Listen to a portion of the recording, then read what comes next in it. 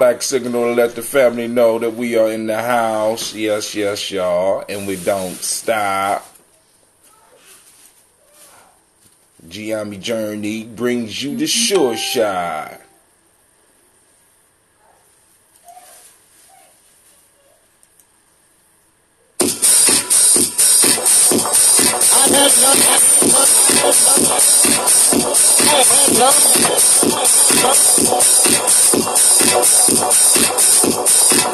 Peace, this is Brother Hatim, and you have joined us on Gye-Nyame Journey Radio. Be sure to check out our site and subscribe at tribe.gyenamejourney.com. All my brothers and sisters, hold hands and bow your heads. Let us pray. God standeth in the conduct of the mighty, judgeth amongst the gods. How long will you judge unjust and accept the praises of the wicked? I say, in the foreign and fatherless, justice to the afflicted and the needy, deliver the poor and needy, and out of the hand of the wicked. They know not, neither will they understand, that if they're born in God, all the foundations of the earth are out of court. I have said, and you are God, and all of you are children of the Most High. But you shall die like men, and fall like one of the princes. Rise, O God, towards the earth. Thou shalt inherit all nations. Allahu Akbar.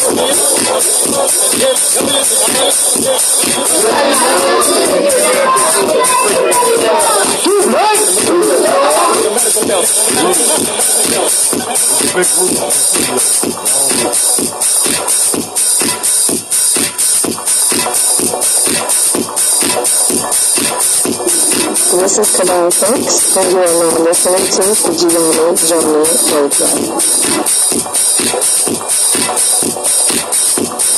Keep up with the journey. Check out what we have done in the past. Go to journeyarchives.com.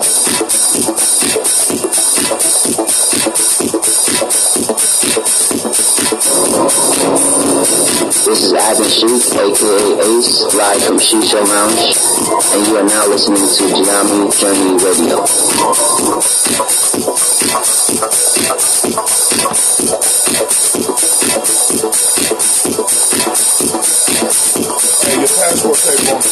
Be sure to follow Gye-Nyame Journey on Facebook, Google Plus, and Twitter. Check us out. Join the journey.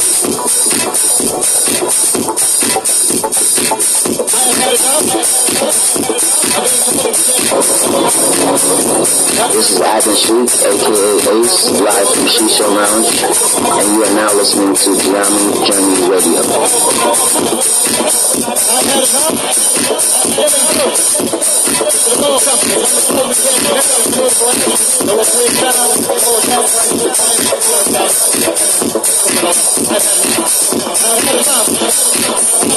You are now listening to Gye-Nyame Journey Radio with Monica. Enjoy. This is Marina with the Gye-Nyame Journey Radio.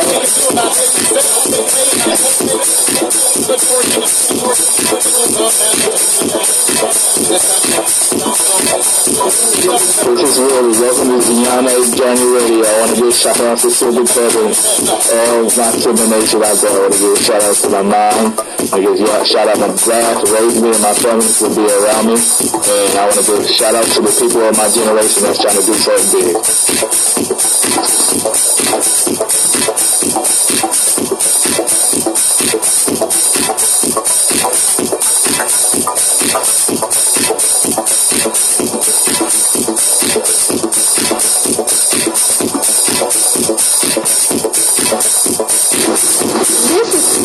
And you're listening to Gye-Nyame Journey Radio. Peace, Hotel. It's Mansour Hotel, aka Mr. Deity. Mr. Deity doesn't sound good, I think it sounds great. Right now, you're listening to Gye-Nyame Journey Radio. We're If you're not adding anything to the culture that you claim, you don't deserve to carry its name. This is what I tell coming at you live, and you are now listening to the Gye-Nyame Radio. Shout out to the Gye-Nyame tribe, Gye-Nyame family. Stand up.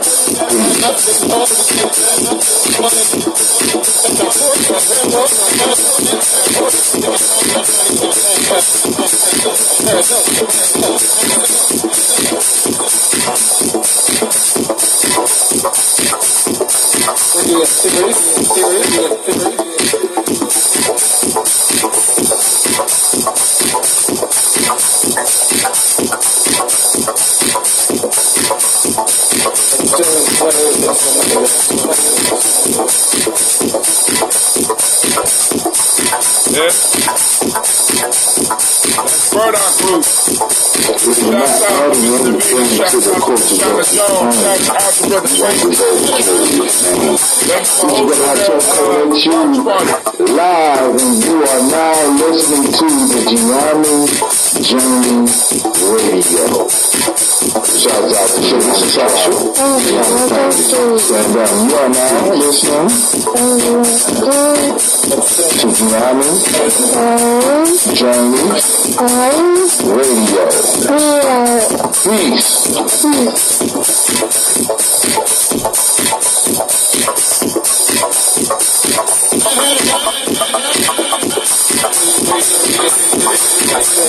This is Gina. You are now listening to my dad on Gye-Nyame Radio.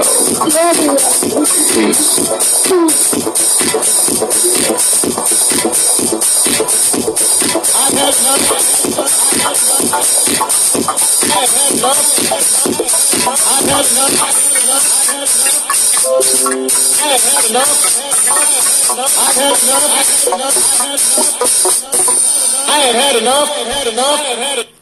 Man, you heard them. We have had enough. I want to welcome you to the Congregation of the Mighty. This is Gye-Nyame Journey Media. Thank you for being on point, Anime.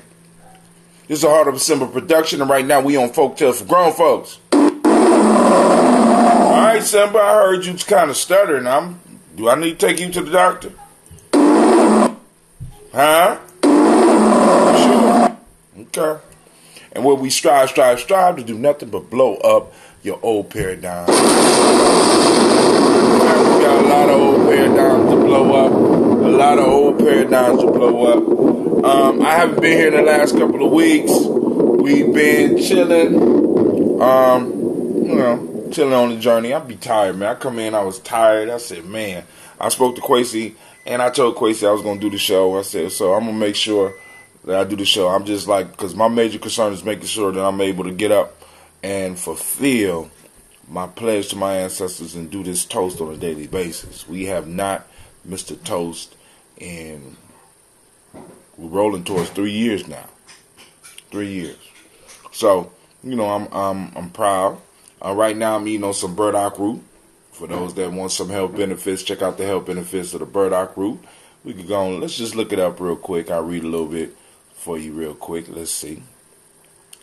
Benefits of the burdock root is a powerhouse of antioxidants.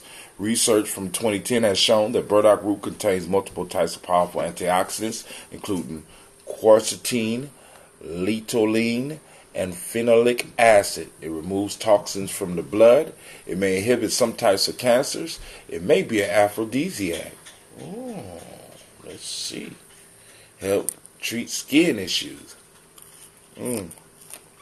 So this should cure everything, including death. Chew on it. Shit. I found some. I ain't never seen the whole root. This motherfucker, I ate a couple inches off, but this motherfucker growing to the soil like this is a bully root. You know what I'm saying? That's what we're going to call in the hood, the bully root. Just get down in there and never go nowhere. You know what I'm saying? So, all right, family. So, we got the folktale. The night lines are open, 614-556-4535. I just want to say this. Don't mind the conversation, but what I do want is I want you to listen to the folktale and see how we can apply it to some of our real world problems today. That's why it's called wisdom mining. Gotta get in there and dig. Get in there and dig. We're gonna dig together. We're gonna pull up like they pulled this root out the earth. We're gonna pull some of the wisdom up out of the words of our ancestors. And that's our job. You know what I'm saying? That's what we're supposed to be doing. So let me get some of this stuff up off my screen. She said, where do you get it? I got this from Saragon. Miss Navita was in Saragon. She know that I like to use this for my drink, the ambrosia. And I do one called Death Eater. I ain't made Death Eater in a while. All my scobies for Death Eater passed away. So I gotta brew. See, because I gotta breed the scobies to be able to handle the ingredients of the Death Eater. Well, anyway, can barely hear you. You can barely hear me? I got the mic. How's it now? Is it better now? If y'all can't, let me know, cause I'm able to get stuff. So if not, I can unplug the mic. I thought the mic would make it a little bit better for you. Yeah, that ambrosia. Yeah, you bought some. You got some from me before. Now, all right. So now, family, want to remind you, we have the G&J Mall popping off this Kaumba. For those that don't know, that's 4/27 or April 27th. Coming up this weekend. Want to see your face in the place. We got yoga popping off. We got brother with yoga with violet fire. You know what I'm saying? A sister active in the community. She's gonna come in. She's gonna share her knowledge of health, especially that with yoga. Do a demonstration and let people know where they can continue their practice if they are interested. Right? You don't have to drop what you're doing and start doing yoga. She's gonna demonstrate. She's gonna talk about it. And anybody that's interested, right? You get in touch with Sister Roni, but she's gonna be there on Kaumba. So come on out and support. Okay? Now, also, we got all types of vendors. Some vendors they've been sending in their registration fee for the last, since the beginning of April, right? So family, I'm looking forward to seeing y'all. Now remember, if you want to vend, and you pop up on the day of, the price is double.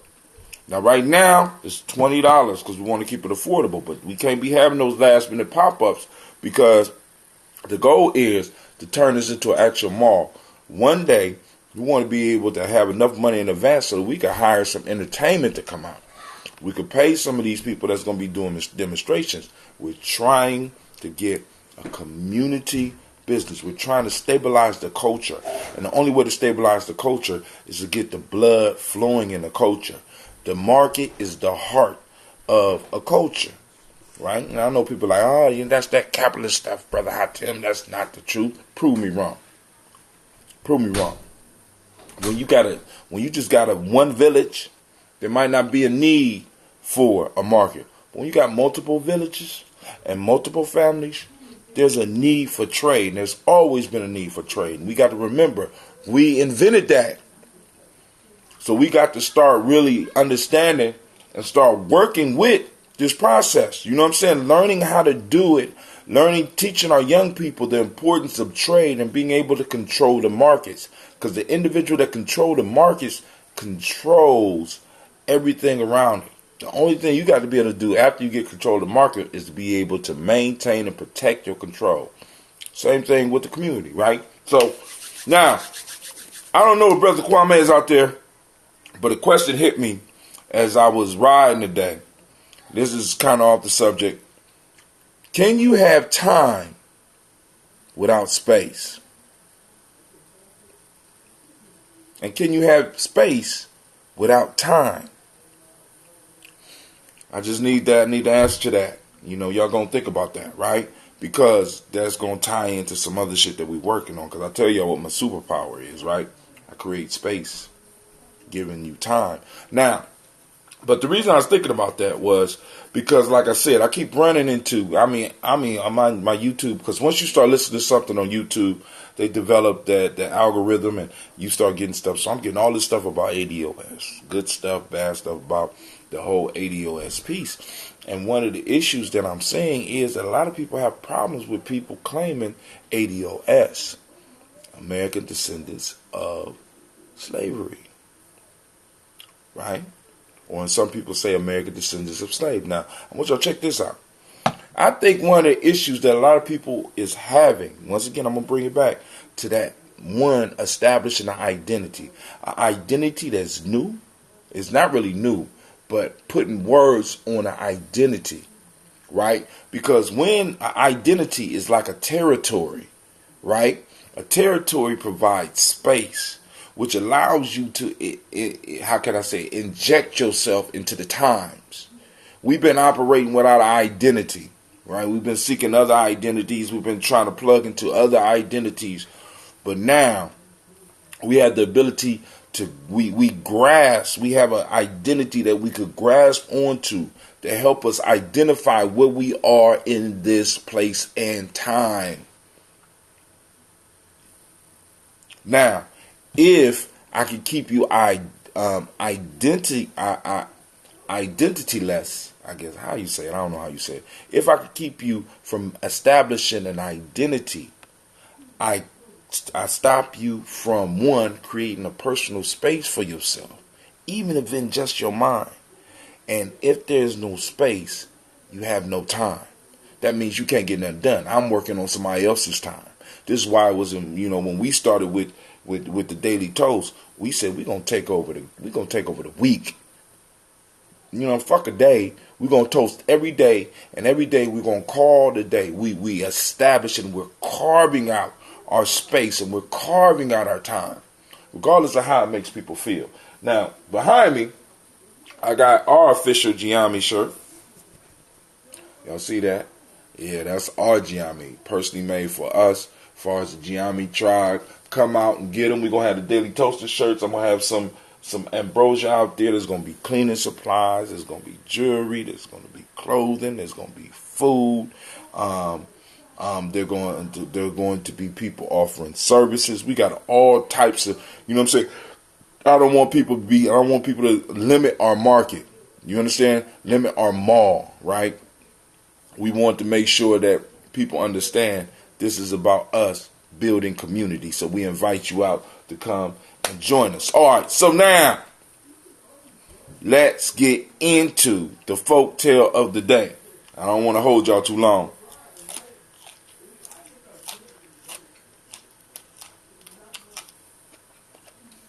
It ain't bad. Kwame, your ambrosia this shit is not. Call is being recorded. This is not bad at all. All right, hold on. Let me turn you up, Brother Kwame. I know who this is. This is Brother Crazy Low. How you doing, sir? I'm great. I'm good. I'm over that. All right. So, I'm sitting over here chilling on my burdock root. I'm about to read the story. Woo. Man. This shit is sweet. I ate it yesterday. I don't remember that one being that sweet. So, Kwame, it might not be. Damn. And it's chewy. Shit is good. All right. But it's called burdock root. I found it at, actually, Sister Navita saw it at Saragot and sent the picture to me. See, this is why I love my tribe, right? We be looking out. People be looking out. Because really when it comes to ambrosia, she bought some ambrosia from me, but she don't drink it, but she know some of the ingredients. It's like we talk, and she knows some of the ingredients. She saw that shit out there. She like, boom, she sent it over to me. I was up at Saragot like, damn. I went up there yesterday. They had a big, look, I tried to get some fresh burdock one time. Found some, because burdock is incredible. because it's one of those weeds that grow up in your lawn, and you don't even know that you're killing medicine. But to try to get the damn root, because it grows so deep, that shit is hard. You know what I'm saying? I pulled some out the ground. I was so tired I didn't want to eat it. All right, so here we go. Folktale for the day. Keep the conversation now. Remember, this is the only rules. Can't cuss more than I do, and I cuss a whole lot. So if you cuss more than me and you make me blush, I'm going to have to cut you off. Second, right? We're going to try to keep the conversation within the confines of the folktale and connect what we learn from the folktale, what we pull out of the folktale to what's going on today, right? That's why it's called wisdom mining. It's not easy, right? So even with some of these proverbs that don't, sometimes, or some of these folktales, sometimes they right on time, other times you got to think deeply and we just have a quiet show and slowly walk away. All right, here we go. Now, this one is mistitled. So those that might be looking it up online, it might be under the Viper and the Fowl. But this is one that was mistitled. All right? But you can also put a viper in the same situation. A lion entering the workshop of a smith sought from the tools the means of satisfying his hunger. He more particularly addressed himself to a fowl and asked of him the favor of a meal. The fowl replied, "You must indeed be a simple-minded fellow if you expect to get anything from me, who am accustomed to take from everyone and never give anything in return."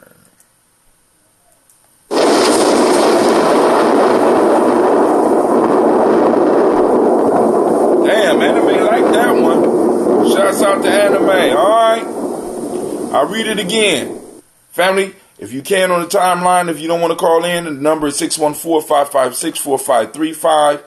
You could go on and leave your comments up. We'll address the comments. Me and Quasi going to have a discussion. I'm quite sure some other people might join us.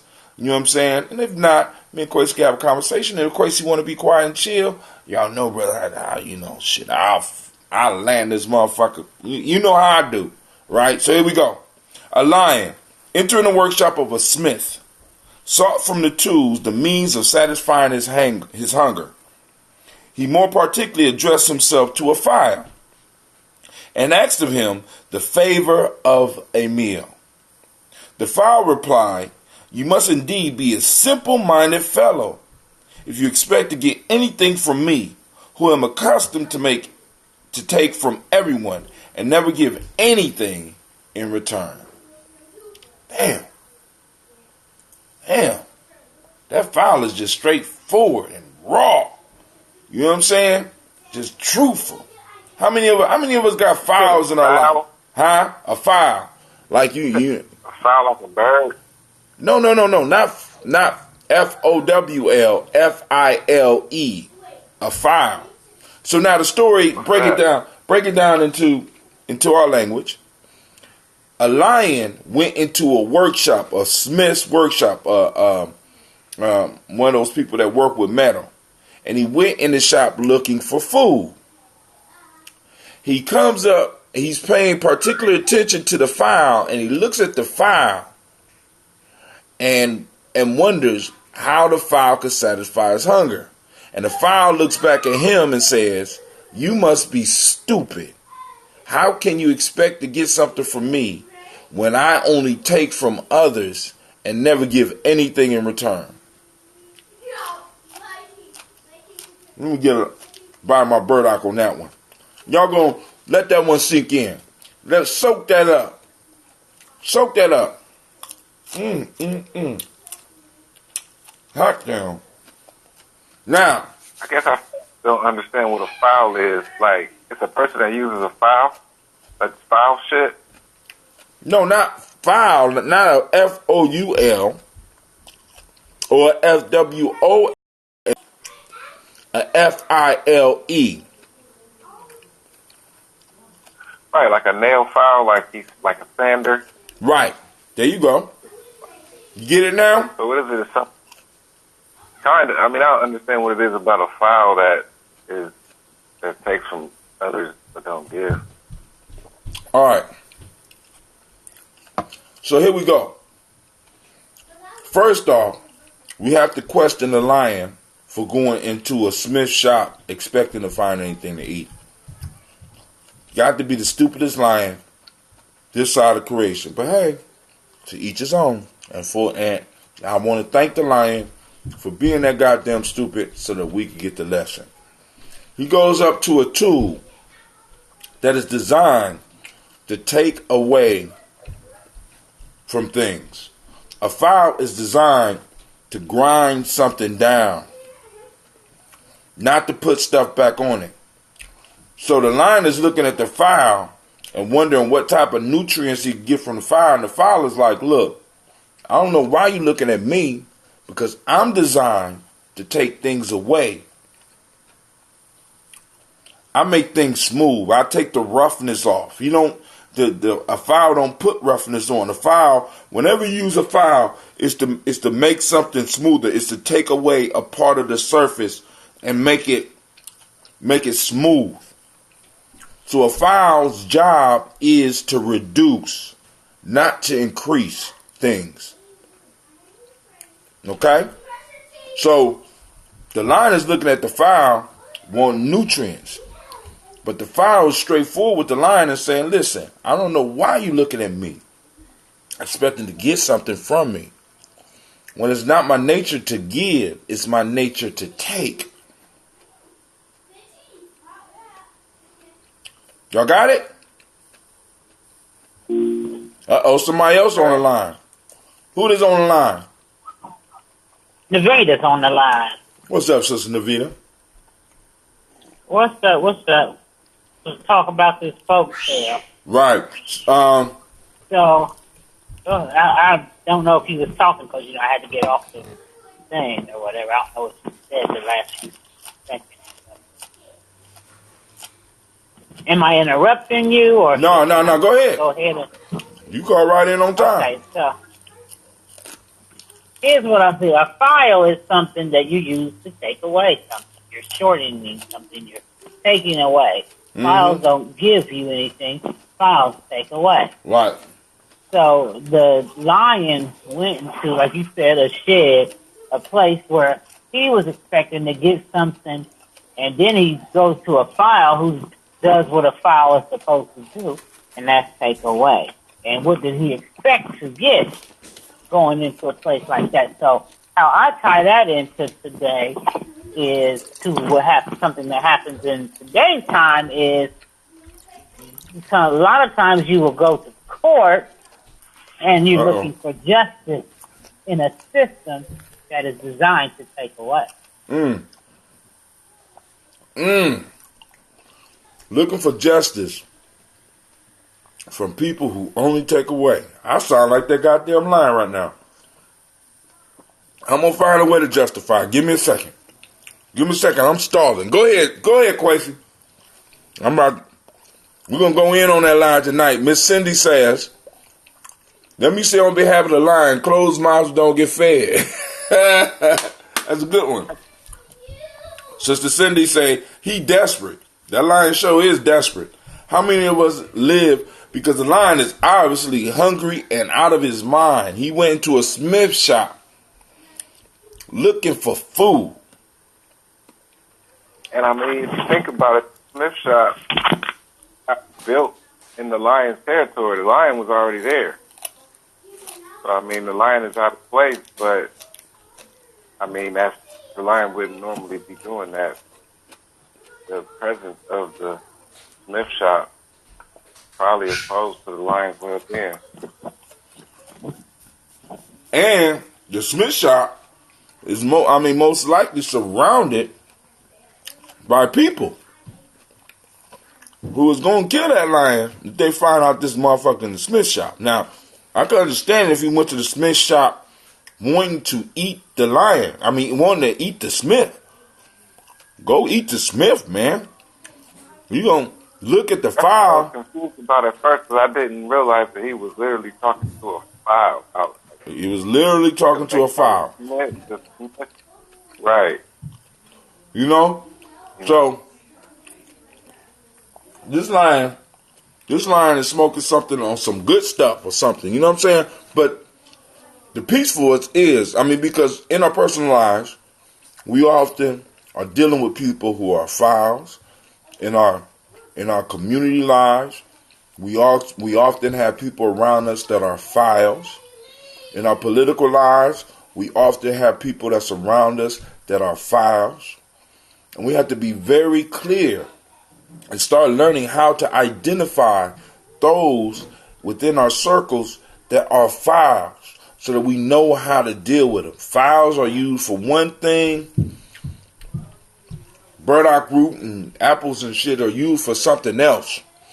And we have to know what tool and what thing to use, what person to use. Because oftentimes, because what's crazy is, and I know we know people in our lives who are like this lion. They're looking for love in all the wrong places and end up with a file. And you look at them and be like, don't your dumb ass realize that this is a file? You don't see it? You can't see that this person is somebody that takes away, is somebody that reduces others?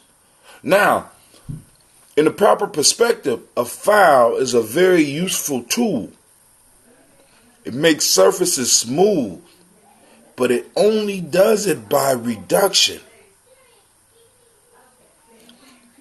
Now, in its proper context, a file is an excellent tool, but it's horrible for any type of food that you want. You know what I'm saying? If you're trying to get food, the file is not the right thing.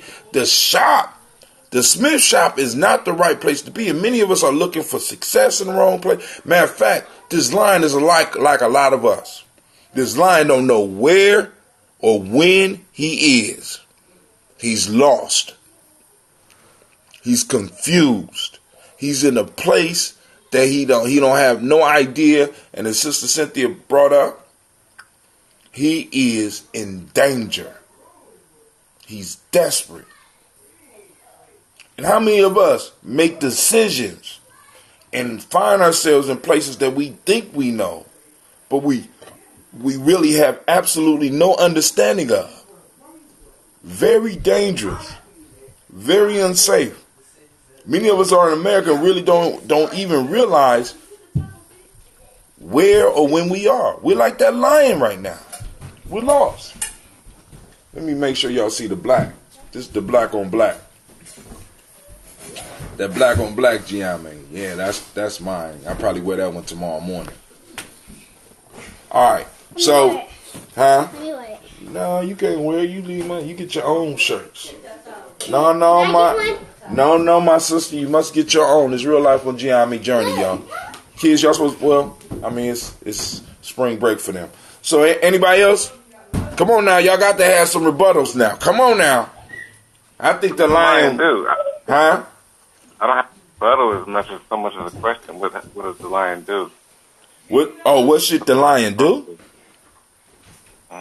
The lion, first off, now, because that's a good question, because many of us are in a position of the lion. First off, the lion need to recognize where he is.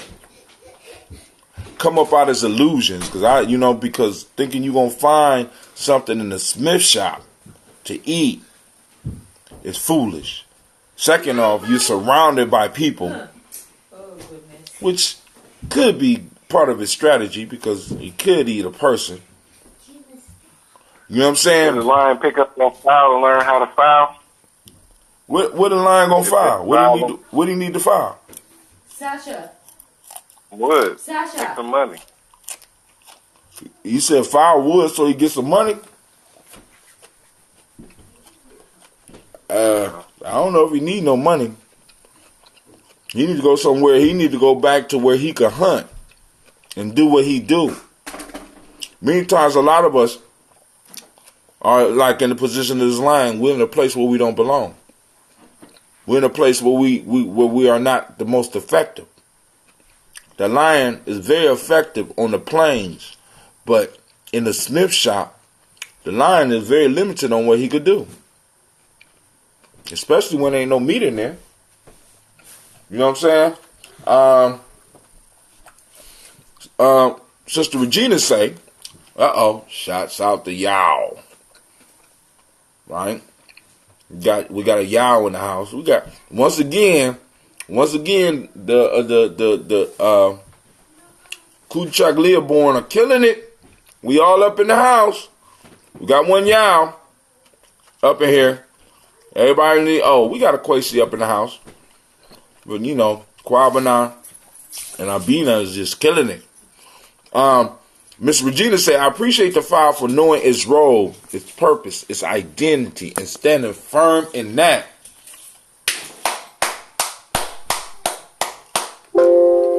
The file is not confused. The lion is confused. The file is firm on its role in life. That's a beautiful thing right there. That's where a lot of us are striving to move towards, being firm and understanding where we are in life so that we can get the most from it. When we lost, like this lion, we don't catch nothing but hell. Hell, think about this. In the Smith shop, especially back then, in the Smith shop, you got that hot-ass oven up in there. You got hammers. You got anvils. You know what I'm saying? Stuff for taking molten hot metal and shaping it down into what you want. There's no place for a lion. Oh my God. Poor lion. Poor us. Better realize where you at and run for freedom so that you could be like that fowl and do what you was designed to do and be clear on that. Many of us don't want to be, how can I put it? Many of us don't have the luxury that the fowl has because we're not able to be clear about who and what we are. The fowl knows his identity. The fowl knows his role in the world. Damn, Aesop, you need to give us, I need to know about this lion a little bit more because this got to be the dumbest lion I have ever heard about. You know, I'm so used to the ass just being the dummy in all the stories. Thank God the lion finally, you know. But the story was titled in the book, The Viper and the Fire. So the same story was probably told using a viper, using a snake, going into the shop, looking for something to eat, and ran into the fire, and the fire broke down the rules of life for it. I know who I am. Let's see what the file said once again. Let me read what the file said. First off, he starts off, or she, whatever. You must indeed be a simple-minded fellow if you expect to get anything from me, who am accustomed to take from everyone and never give anything in return. That's a Urugu. Uh-oh. You said that's that a Urugu? That's a Urugu right there. Oh. You expecting, see, the lion is known as the king of the jungle, they say. Mm-hmm. But you see, when, like you said, he's out of place, and he took himself to a place where he's no longer the king of the jungle. Then he's not the king of the woodsmith place. Right. The woodsmith is, and the file is the woodsmith minion, so to speak. So it's equivalent also to a person, I'm going to say, as a black person going into certain spaces and expecting different results when that space has shown you time and time again, example the file, that this is what I do. This is what I do. This is what I do. This is what I do. I take away. Why the hell you came to me after I done showed you over and over what a file does? You still want to come in here because you lost. have lost their way. Like in 2000 season, they lost their way.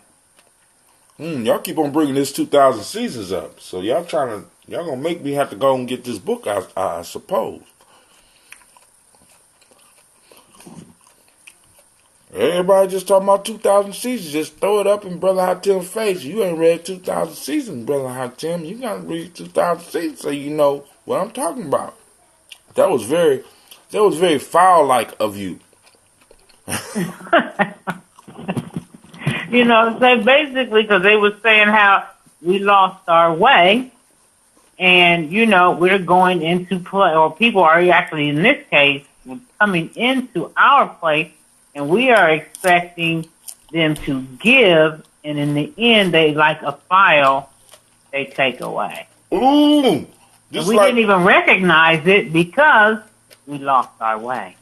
This is like going up into the Arab market, expecting them to hook us up. Expecting them to give us respect and whatnot when they are we're the infidel as far as they're concerned. So why would we expect anything more than what they do? We're out of place. We're out of place. That's why you need to come to the G&J market. And purchase some shit. Was that a commercial? In the right space. You called it. Hold on. I gotta give you a round of applause. You called it. I was trying to. You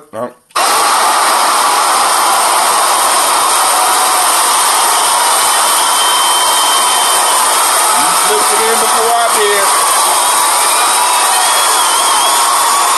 Don't be the lion. Come to the G&J Mall and be where you belong. Come to the mall so that you can walk the plains rather than going to these stores and looking at these files and expecting them to provide you with sustenance. Come and get your greens and your frankincense oils and your copper jewelry and your clothing and other produce and your cleaning supplies. Food. You know what I'm saying? Come on out. Come and learn some yoga. Come and let's talk about some sacred geometry and talk about some nation building. And the head wrap. Oh, come get where you can learn culturally appropriate fashion. Sisters, and I know y'all know. Listen, I know every last one of y'all got a friend who just be putting them wraps on their head and be looking all crazy. Tell her to bring her down, save her life. Save her reputation. Bring her down so she can learn how to tie that rag around her head. Turn it from a rag to a beautiful piece of fabric. You know what I'm saying? Y'all take some of the best looking material and just do crimes with it. You know what I'm saying? Sort of like the lion in the Smith shop. You out of place. You need to come and learn how to do something. You know what I'm saying? This lion is out of place. And family, many of us, we're out of place. Right? Family, find your place. We got comments coming up. Let me go on and make sure that I get these. And some good food, that's right. And some good food. Right? Sister in the Fire is gonna be up in there. Providing the salad and the chicken and the baked goods. Now, yep. And they can make it a point to, like, you could make it a family dinner day. Mm-hmm. You could, make sure every month, since people like to go out and eat, I don't know, Olive Garden, Red Lobster, McDonald's, Burger King, or whatever, save that money and go where you belong at the G&J Community Mall. Listen. Don't be a lion. Stop walking up in these places expecting sustenance. They only are. Listen. Don't have people looking at you like this. You must indeed be a simple-minded fellow if you expect to get anything from me, who am accustomed to take from everyone, every community, and never give anything in return.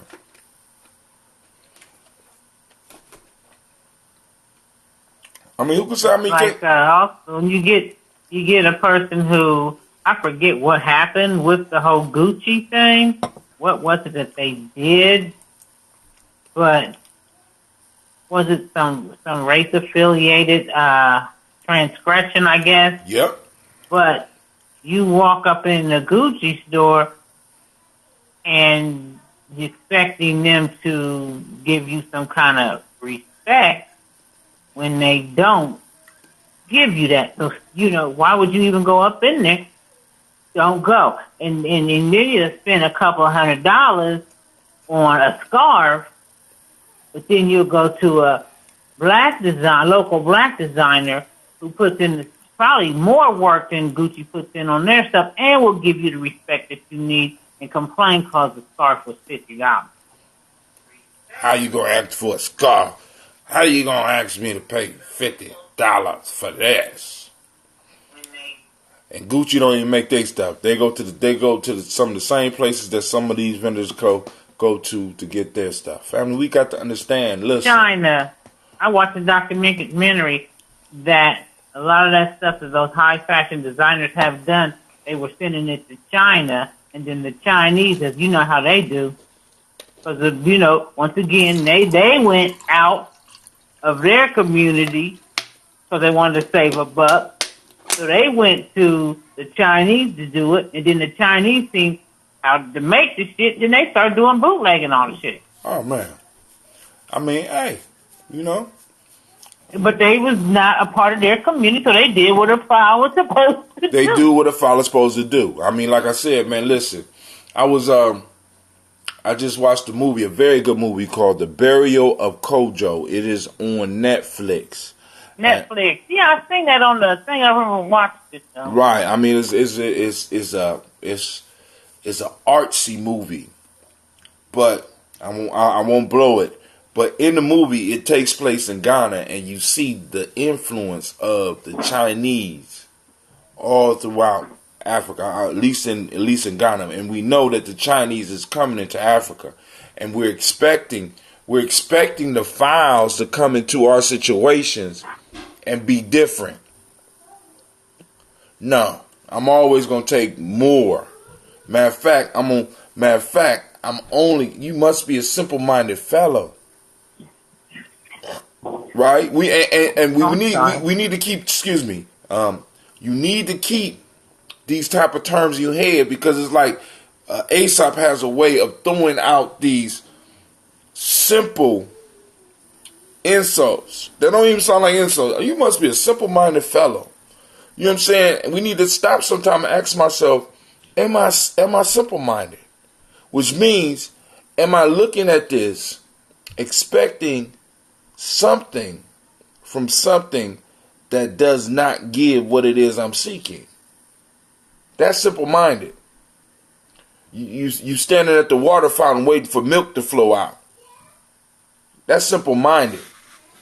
You know what I'm saying? Some of us are standing in some situations waiting for love to pour out. And we already know. You know what I'm saying? Come on now. Some of us standing under the moonlight expecting, it's just we putting ourselves, we don't know who we are. We don't know where we are. And that's dangerous. Because I want to stress the danger that this lion is in. This lion is in a room. Well, all they got to do is kind of close it and get enough warriors to seal both sides. And they're going to have, they're going to have a nice lion ward. Somebody going to have a nice lion wardrobe. Because this lion is out of place. Right. And obviously. Like Clayton it's like Clayton Bigsby at the Klans meeting. Well, at least Clayton got the excuse that he blind. This lion is not blind. This lion, and obviously this lion is not handling business because this lion is hungry. So hungry. Because lions fast for a very long time. I don't know if y'all know that. In between meals, that's considered a fast. You know what I'm saying? But this lion is so hungry and so delirious that he's in a town looking for food from metal objects. Think about that. looking for food for metal objects. It's not going to happen, family. It's not going to happen. And we need to remind ourselves of this and ask ourselves the question, am I acting simple-minded? Very key. Very key. You know what I'm saying? So, I won't, unless the people in the, unless the family out there got something to say, I'm not gonna belabor the story. But we can connect this with a whole lot of different shit. Whole lot of shit that's going on in the world. You know what I'm saying? I mean, because like I said, we got African countries expecting something different from outsiders coming in. Damn, we didn't learn the lesson the first time. You know what I'm saying? Some of us are out here trying to save files. You know what I'm saying? We're trying to bring files into our circles. We're trying to save them. You know what I'm saying? I'm like, yo, let a file be a file. When I need a file, I go get a file and get that file to do what the file do. You know what I'm saying? You don't have, see, if the beauty of a tool or the beauty of knowing where things belong, you know when to go get them and when to put them back. You understand? So, and it's sort of like, because like one of the major things that's coming out right now, especially with Nipsey Hussle being murdered in the way that he was, the whole idea of consequences and the discussions about consequences and codes and stuff of manhood are being thrown around, right? And many of us are lions in the, you know what I'm saying? Many of us are lions in the Smith shop. We don't know who we are. We don't know where we are. We don't know, we don't know what it means to be a man. Matter of fact, to be a black man, it appears that everybody else is defining what a black man is supposed to be, other than black men. And we got a lot of people demonstrating that's not black men, what black men are supposed to be doing. You understand what I'm saying? The lion is unlike, and I love what the sister said about the file, the honesty of being able to define who it is, right? We got Sisters of Fire, and we got Jericho's Healing Kitchen, who is a sponsor for Sister in the Fire Pick It Up event on the 28th. Ooh,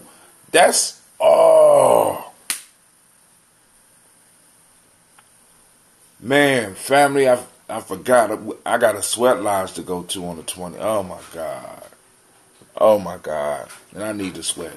Going to a sweat lodge, throwing it out there to the fam. So we got connections, and we going. I think we going. I'm probably be sweating.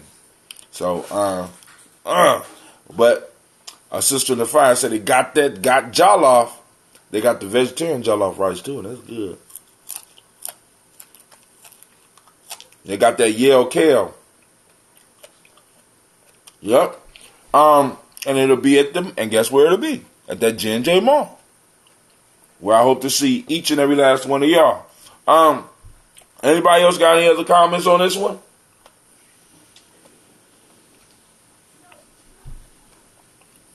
I mean, y'all don't have to be totally quiet.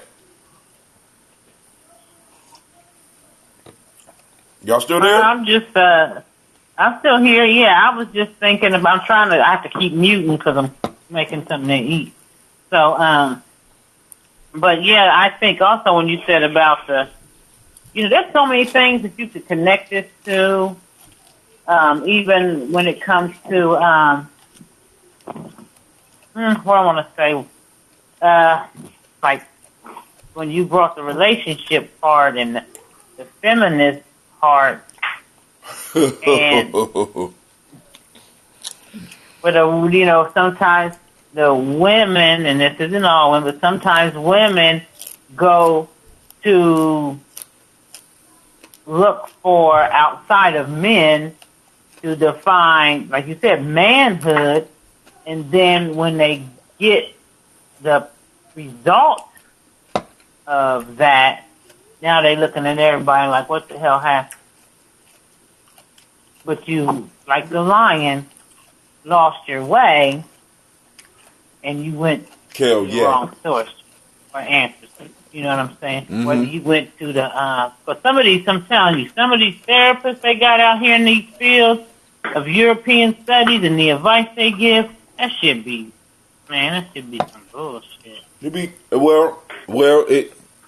got to understand that in this system of white supremacy, the whole idea is to keep us confused, keep us out of place, keep us lost, keep us wondering and going into metal shops and asking for food, looking at, you know what I'm saying? What's up, Miss Tiandra? And the cleanup, the Sister in the Fire Pick It Up event will be on the 28th at 2255 Medina Avenue.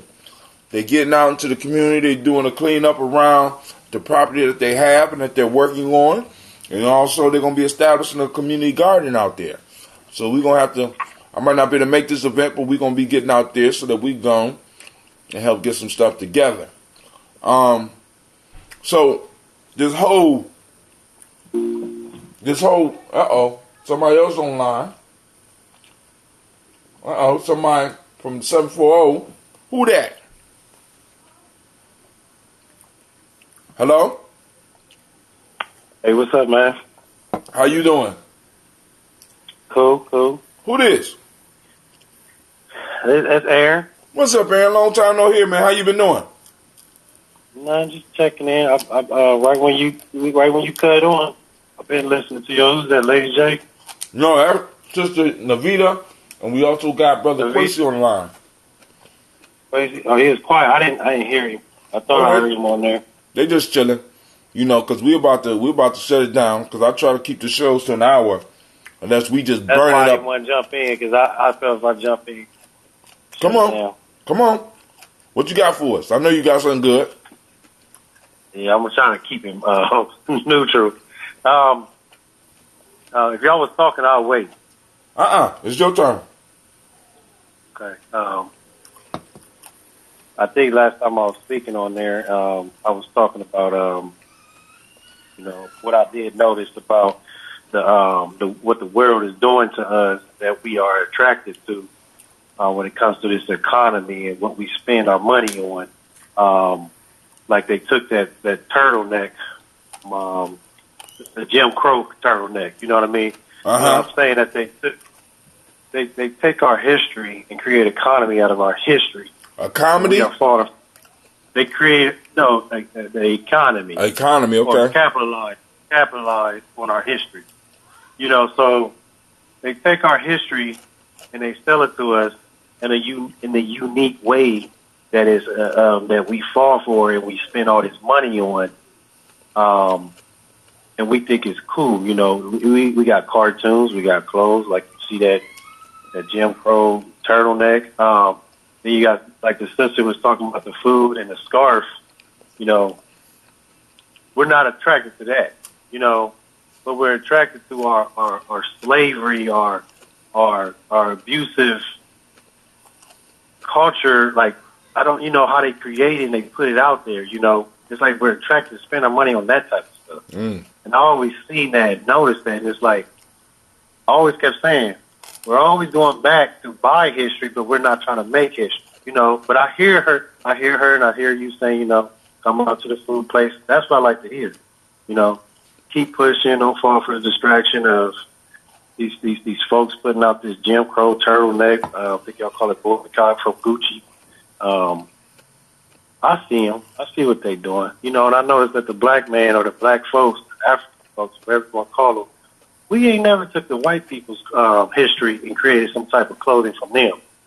We don't do that. But I see that they'll do that, come out with cartoons, come out with shirts, some type of weird keychains. But you'll never see the black folks, when they want to create some type of stuff, use their type of history to sell it back to them. But they'll take our history and sell it back to us. And why are we so attracted to it? You know, we're so attracted to buying our slavery stuff. Financing our finance our own oppression. Yeah. We buy we put ourselves in debt just to buy our own. You know, and then you'll see a good folks open up a shop, but they would never think of open up a shop, taking a white folks' history and selling it to them. We don't have that in us. You might have gave me a good business idea. Might need to sell some. I ain't never seen nobody do that.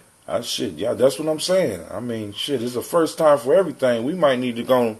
Here's the thing, brother, because they don't have no history, and the problem is, it's like, what history will we sell back to them? Because we have so much that they know, and this ain't it. They know they're unlimited about us. We can't figure out what to sell to them, so they sell our history to their self and ourselves, and we still have not woken up. Like, you know what? That's what this world is. We're buying our own problems. I don't have the proper words for it, but you did. We're only buying our sorrow and our slavery history, but we're not seeing that they don't have it. You see what I mean? Yeah. They don't have it. Go ahead. No, I'm just saying because and part of that is being lost like that lion. Being out of place like that lion. Looking for some type of sustenance, because culture is food for the soul. So if you don't have a culture, you're going to seek something out, right? And it's like we're seeking something out. We're looking at the fowl and asking the fowl, "Yo, can I eat you? Because I'm very hungry." Our souls is reaching out. You know what I'm saying? And we're moving into a space and a time, once again, that space and that time, with being able to identify our story and put the borders around. See, because a while ago, in Gye-Nyame, I was talking about, like, when we talk about nation building, a nation is a stable, historically developed community of people with territory, economic life, distinctive culture, and language in common. One of the first parts of that is that territory. And when you establish a territory, you have to have borders. Now, when we think of territory, a lot of time we're only thinking about physical shit, my house, my car. Well, you don't even think about your car on the territory, but the land and stuff. But territory is also a mental, is also an idea, it's also a virtual thing. And when we start establishing our territory, we start placing our borders up, which means you start setting limits. And you are able to control the borders. Now, what is threatening people is now that black folks in America, like that individual identity, that identity right there. Black folks in America, black folks, ADOS, American descendants of slavery. Black folks, what they call them, original black Americans.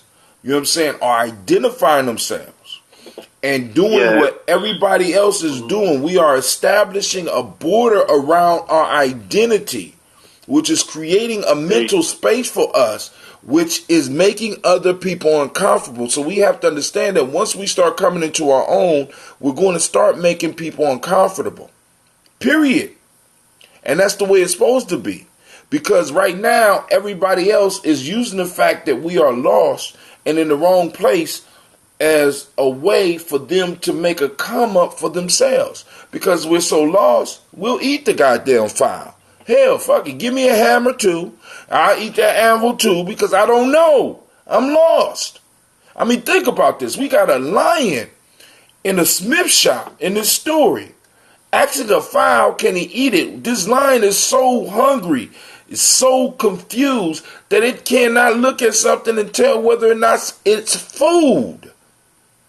This is where we are. We can't distinguish the difference between a poison culture and a culture that's feeding our souls. Right.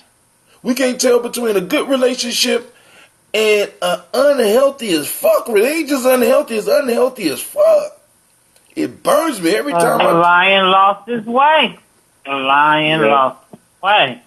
Yep, and And you know, if the documentary Seppi was going to come out, you know, what he was saying is about we lost our history of what Mama used to do. You know, we always spoke about that.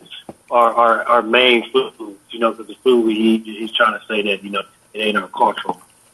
And that's how we used to determine what culture it was from. You can, like, if I say, I know a lot of Jamaican folks out here in Florida, you know, a lot of mostly jerk chicken, I would say, not trying to be funny. But if I see jerk chicken, I know, you know, okay, you must be Haitian or Jamaican or something like that. I don't know if Mexicans people say burritos or something. You can identify people by foods. So it would help what Dr. Sebi was saying, that we have lost the natural, what the Africans used to eat. And we like that lion, you know, or, you know, then we have some out of the corner on us, hey, brother, you're this, you're that, you come from over there, this is what you're supposed to be eating, get used to it. And I don't know where to go from there, but it's just, that's what I'm seeing, you know. What going zip. What you're saying is, because check this out, man. I did this on a show years ago. I brought sacred foods out, right? What I mean by sacred foods, when you look at a culture, every culture has a sacred food. Right. A food that the culture is built upon, because nature made it possible for this culture to exist, because this culture was able to find a thing called a staple food. Like I pulled out, because my wife is from Ghana, I pulled out an African yam, and I had some I can't remember what it's called, but it's from South America, and it's a real small like seed, like a chia, matter of fact, chia seeds. And then I had something else from South America that was a staple for another group in South America. And I pulled out some others. I pulled out some rice. You know what I'm saying? Staple foods. And you know, because what we have to understand is that, like you said, cultures identify themselves. And the food that nature produced for those people was specific for that group. It helps them, because your food helps.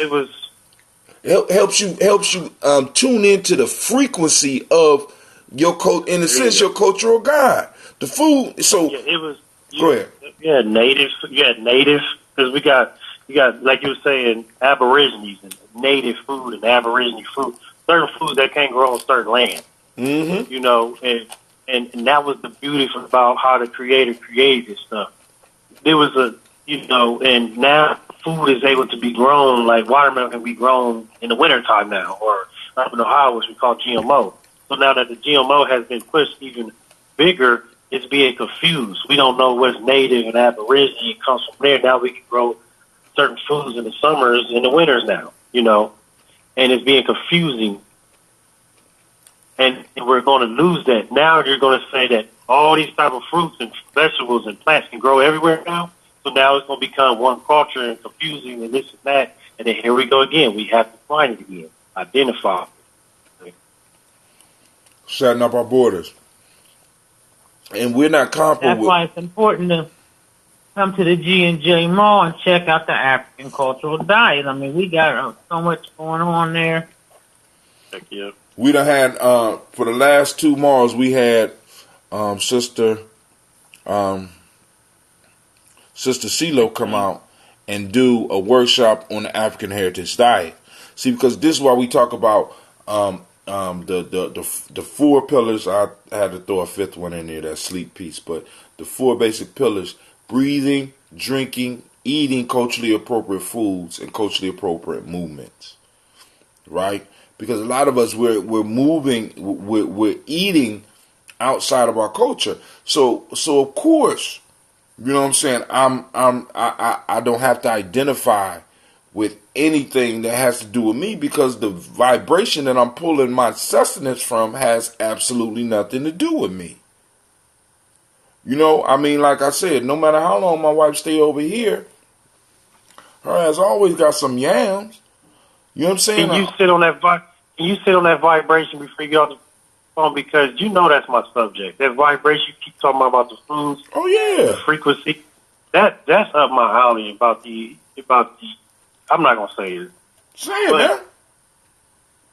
It's what we're talking about when we say vibration, frequency, food. Like you say ma'at, and I say ma'at on a different level. We might be saying it, but we know ma'at is balance. But I just like to speak of the pH balance of ma'at. 6 on the left, on the right, she makes 13. That's the pH balance, and we learn from the acidic food to the alkalinity food. What's good and what's not. So, and I knew that Jesus, I don't speak of this, but I'm just saying Jesus was 13, 6 on the left disciple, 6 on the right. It went from his story to her story and took away ma'at. So now we're on to this man. I don't want to go down this alley. But what I'm saying is that I'm learning that the humans are diluting. And when you're born as a child, you have a lot of energy. You're born alkalinity in your tissues and this and that, and we have to wean them up to acidic water, the pH of a 5.5 to a 6.5, slightly closer to neutral. But I'm just saying, and the older you get, your energy is draining. It's called you're diluting. And that's where we come in with the frequency food to bring up that dilution to boost us back up. We call it death and you're dying, but I call it you're diluting because the older you get, your energy is diluting. You have to find the nutrients to bring your pH back up. And according to your cultural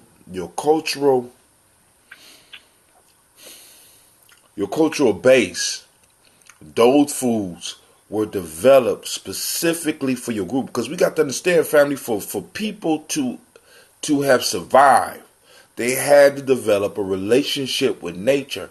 And the food that they ate came from a relationship between them and the land. This, and a lot of us are missing this. One of my elders said this a long time ago. We was just talking because he used to take trips to Africa. And he said, man, sometimes I'm so ashamed that the varieties of food that we eat, that is crazy. And I didn't understand. I said, well, I thought varieties of food was a good thing. But then, like, when I traveled, like, I had a brother in Ghana that would come and chill with me and take me around, make sure I wouldn't, make sure I stayed out of trouble. And, we would go to restaurants and we would always stop to eat, and at this time the American dollar we was balling over there. So we stop and say, yo, son, you want something to eat? He say, yeah. Say, it's got a nice menu. Say, I don't need the menu. So what you eating? Chicken and rice. I'm here for 3 weeks. Chicken and rice. Chicken and rice. Chicken and rice. Chicken and rice. So my partner was over there with me one time, and I looked at my partner, and he looked back at me, and I said, Sonny, you know I'm treating, right? I'm treating. I've been treating you, and I've been buying food. You don't eat nothing but chicken and rice. He said, that's how we eat over here. And I'm sitting up here like, damn, and I'm looking around, and people are eating not a variety. They're eating their cultural foods. I don't give a fuck what's on the menu, right? All that menu was for people like me. But when it came to the people there, they were eating their cultural foods. Oh, I live in Florida, but I'll be in Columbus for the week of July the 1st. In July, I will definitely stop by. The mall is only open on the last weekends of the last Kaumba of the month. So you're going to be at the beginning of the month. So you're going to have to come, if you come early June. But also, Sister Sharika, what part of Florida you in? Because we got a brother on the line that's in Florida as well. You know what I'm saying? But now, because I'm trying to hook my family up because I don't want nobody out there by themselves. You know what I'm saying? So, yeah. But the whole Peach family is that your culture's a vibration. And and we have to regenerate this vibration. And that vibration causes us to start forming codes and forming limits on when somebody is in our territory and when they're out of our territory, whether it's a physical territory or a mental territory. And the food helps us establish that. Because people that can't control their food, because one of the reasons why a lot of cultures depend on food staples, right, is because those food staples are just that. They're staples. They hold the culture up, and it's not super complicated. It's not too hard, and those people can control it. But I ask you, what is the staple food for African Americans, for black folks in America? Is that what you call it? Food staples? It's a staple. I get what They call them staples. You know what I'm saying? It holds the culture up.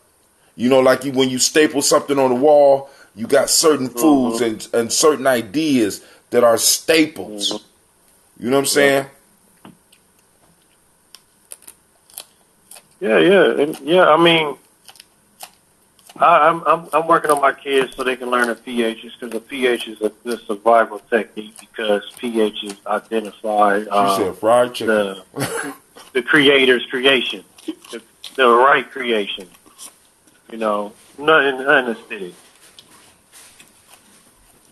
So, but you know, the what you guys are talking about reminds me of a documentary I watched where the Aborigines over in Australia, due to outside interference, their land was not able to cultivate the food that they were typically used to. So I think it was Americans, but I know they were Caucasians. They came in and provided food for this community of Aborigines. And for the first time in their history, they began to develop diabetes, obesity, high blood pressure, stuff they never had in their community until the outsider came and gave them their food. What they do. Right. They do. You know what I'm saying? Like what the file does. You know, the file does what the file does. And they do what they do. And unfortunately, you know, they were unable to, because there's a lot of files around these Aborigines in Australia. So they picked up their culture. And their culture. And man, it started falling apart, didn't it? They were dying off like crazy. Not only dying off, but then pharmaceutical company comes in. Yeah, here they go. Here come Big Pharma, and here come all the American type of ways. And they just really, you know, these people, their health has really declined. Not only their health, but the communities are probably falling apart. You know what I'm saying? Because the kids are gonna pick it up. Oh, the kids gonna pick it up where their parents left off. And if you can't lead people if you can't feed people.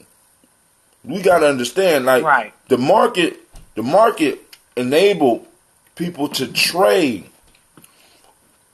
The individual that controlled the market control the country or control the nation. Why? Because they control where the food is distributed, where different foods, you know what I'm saying? And they take control of the staples. When part of conquering a country is not just taking the women, you go in and you take over the production of food, take control of the staples.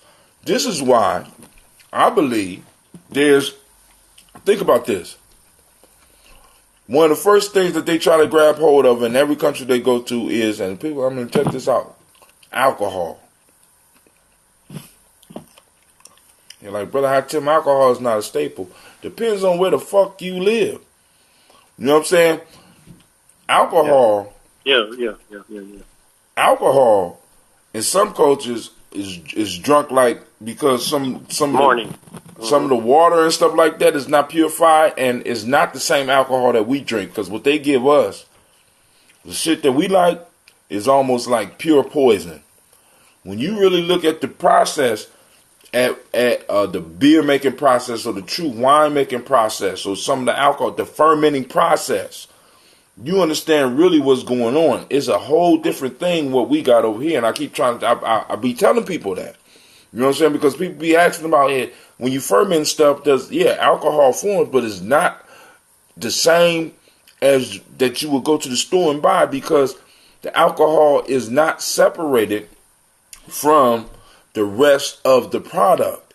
So it's a little bit different, because we drink distilled alcohol, which means that you extract the alcohol and allow the alcohol to act on its own, rather than combining it with everything else that's in whatever you're producing. I ain't gonna hold everybody up, man. It's 10:30, man. Oh man, you tricked me, man. You told me you weren't gonna bring up nothing about vibration, and you just had a quick. I said there, caught it. I gotta get back on with you again. Give me your time. You gonna have one in the morning? I'm gonna have one. We will be up at. Well, tomorrow I ain't gonna be up that early. About 5:15. What about your lunchtime area? Well, I got a question. At Serious Cancer, who keep the average dancer hopping in a heart attack, nobody smiling? Rakim, answer the question. He's doing Rakim. He's dropping that Rakim ball. Hey, so what is the major difference between the 4 grades of meat that you can get at McDonald's? At McDonald's? Oh, yeah, you talking about, yeah, go ahead. What's up, Talise? So let me break this down. Like, okay, a McDonald's ain't a McDonald's. It ain't a McDonald's. Meaning, you know, you got private industry restaurants and you got the franchise, right? Wait, every time they order a meat, they get to choose, do you want the grade A, the grade B, the grade C, or grade D? What's the difference? I mean, really. Yeah, my dog is one of them grades. Right? My dog is one of them grades. I can't remember if it was a D or something. Yeah, but the dog food is like a grade D. Yeah, and they buy that stuff. Hey, hold on for a second. Aaron, what part are you? I'm close by. I'm on the Atlantic side, not the Gulf side. I'm over by West Palm Beach. Okay. About Fort Lauderdale in between. Because she put Titusville. I never heard. She must be by the Gulf. I don't know what the difference is with the meats. I didn't even know they served. Yeah, they still sell meat at McDonald's. And then you got the Gulf, Tampa. I'm here where everybody comes, Miami spot. You got the Gulf spot. So what is the difference before we get off of the grade? Apparently A is supposed to be top notch. Well, one is for dog. One is for dog. It's a level for dogs. And they actually Taco Bell and McDonald's buys the grade that the dogs actually eat, and we come on that out. Wow. Hey man, you can't with grade A beef. You can't be talking about McDonald's because them some gangsters. They're coming. Hey, my face all over YouTube and shit. You just dog McDonald's. That clown ain't no motherfucking joke. Yeah. Taco Bell, McDonald's. When you go look at when you go to Walmart, go to the dog section, you'll see it's one of them grades. He said he trying to get me killed. Taco Bell gets that stuff, and McDonald's. I think they just got off of it. Wow. And so that's crazy. They can play, but I'm saying, what is it? What do they do to the beef that makes it different than A? Well, the thing is that they cutting. To some extent, they cutting the beef. Okay, so it don't necessarily. It don't necessarily have to be all the way meat up in there. Like they put. Yeah, it could be the skull. It could be the skull, fingernails, all that stuff. Well, I think that's the difference between like a grade A and a grade B. So if we can look at the distinction between those two grades, what the heck are they doing to the C and the D? You know what I mean? I was just thinking that shit. That's why you chew that hard piece in there. And I don't want to think about the F grade. God damn. But you know that grading system is the same grading system they use for schools. I mean, I want y'all to think about that shit. That's the same. That's where they got the grading system for the schools. That's crazy. That's true. But family, listen, I ain't gonna hold y'all up so I can come in talking about some goddamn McDonald's meat. But I'm about to get up off of here. Give me your time. Give me your time. Don't you got some lunchtime hours? No, I don't do no. I'll be at my adventure, man. My kids wouldn't. Okay. But that's during that's on the weekends. You catch me like that. Mm-hmm. But the next show at 9 p.m. is on Ujima. You got to learn the days because if I say it, I got to do push-ups. Somebody could type it in or they could. The day after tomorrow. The day after, yeah. Okay. That's how I like that movie, though. You know what I'm saying? So, corny old movie had me hyped up to go see it. But family, I want to thank you for joining us on the journey. But I do want to.